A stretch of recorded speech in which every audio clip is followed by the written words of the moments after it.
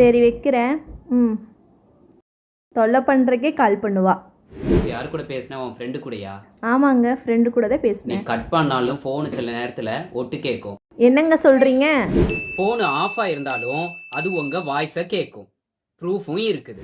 ஆமாங்க, ஃபோனை சுவிட்ச் ஆஃப் பண்ணீங்கன்னா சேஃப்னு நினைக்கிறீங்களா? சாரி, அது உங்களோட வாய்ஸை ஒட்டு கேட்கலாம். ஸ்மார்ட் ஃபோனில் இருக்கக்கூடிய மைக்ரோசிப்பில் சில high level surveillance tools use பண்ணுறாங்க. இதனால ஈவன் ஃபோன் சுவிட்ச் ஆஃப்ல இருந்தாலும் உங்களோட மைக்கை ஆக்டிவேட் பண்ண முடியும். இதுதான் எட்வர்ட் ஸ்னோடன் லீக் பண்ணாரு. CIA, FBI போன்ற இன்டெலிஜென்ஸ் டீம் தான் இதை ஃபர்ஸ்ட் யூஸ் பண்ணாங்க.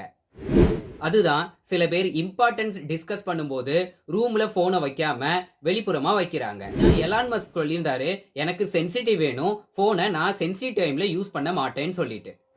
ஏங்க, அதுக்கு இதெல்லாமாங்க பார்த்துக்கிட்டு இருக்க முடியும் அப்படிங்கிறவங்க மறக்காம கமெண்ட் பண்ணுங்க. நீங்க ஒரு பிரைவேசி லவ்வர்னா ஷேர் பண்ணுங்க.